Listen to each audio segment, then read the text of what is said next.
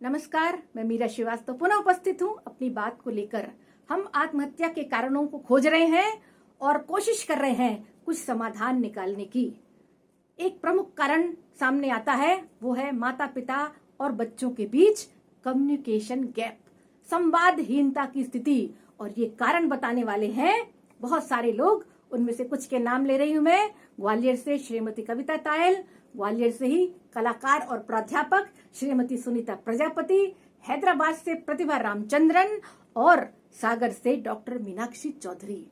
इन सब का कहना है कि आज के समय में कम्युनिकेशन गैप बहुत बढ़ता जा रहा है। तो आखिर इस कम्युनिकेशन गैप की समस्या को दूर कैसे करें? देखिए, ऐसा नहीं है कि आज बच्चा 13-14 साल का हुआ है, थोड़ा बड़ा हुआ तो हमने सोचा लाइए अब हम उससे बातचीत करने लगे, हम एक कम्युनिकेशन गैप ना आए इसलिए संवाद शुरू करते हैं, इसलिए इससे पूछना शुरू करते हैं। ऐसा नहीं होगा।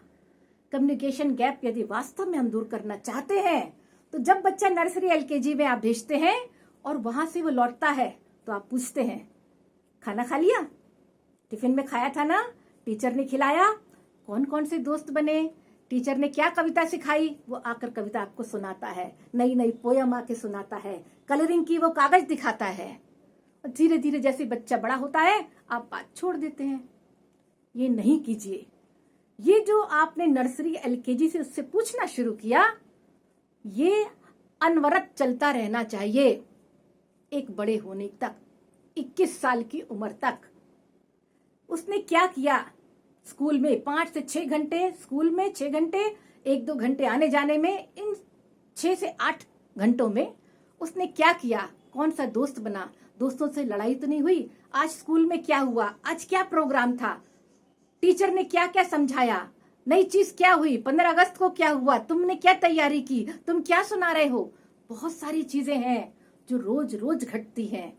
और जैसे जैसे बच्चा टीन एज की तरफ बढ़ता है, दूसरी समस्याएं भी आती हैं जो मैंने आपको, संवेगात्मक जो चीजें मैंने आपको पिछले वीडियो में बताई कि शारीरिक बदलाव भी होते हैं, भावनात्मक बदलाव भी होते हैं। इस समय कम्युनिकेशन गैप यही काम आएगा जो संवाद आप बचपन से करते आ रहे हैं।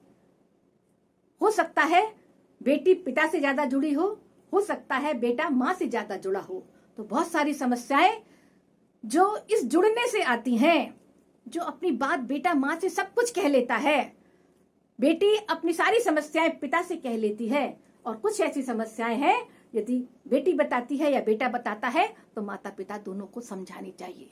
बच्चों के अंदर इस प्रकार की बात बचपन से परवरिश में आ जानी चाहिए कि जो कुछ घटा 6 से 8 घंटों में, चाहे लड़ाई हुई, चाहे खुशी हुई, चाहे दुख हुआ, कुछ भी बात स्कूल में हुई, हंसी की हुई, मजाक की हुई, सारी बातें वो आके अपने माता पिता को बताएं। जब ये परवरिश में उसकी आ जाएगा, ये उसकी आदत में आ जाएगा कि जब तक सारा पेट खोल नहीं दिया, सारा दिल खोल नहीं दिया माँ के सामने या पिता के सामने, तब तक उसको चैन नहीं है।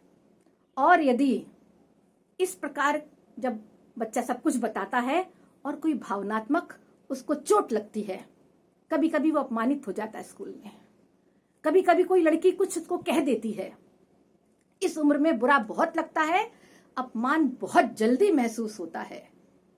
ऐसे में यदि आकर वो अपने माता या पिता से अपने उस भाव को जो उसको बुरा लगा बता देता है तो माता पिता समझाते हैं। यही काउंसलिंग है। और यदि आप उस काउंसलिंग को नहीं कर पाते हैं तो जाकर स्कूल की सहायता करिए, स्कूल में सहायता लीजिए, टीचर से पूछिए। माता पिता और स्कूल यदि सब मिल जाएं टीचर्स के साथ तो 99.9% सभी प्रकार की समस्याएं हल हो जाती हैं, कोई कम्युनिकेशन गैप नहीं रहता है। तो इसलिए मेरा अभिभावकों से, माता पिताओं से निवेदन है कि आप जाग जाएं।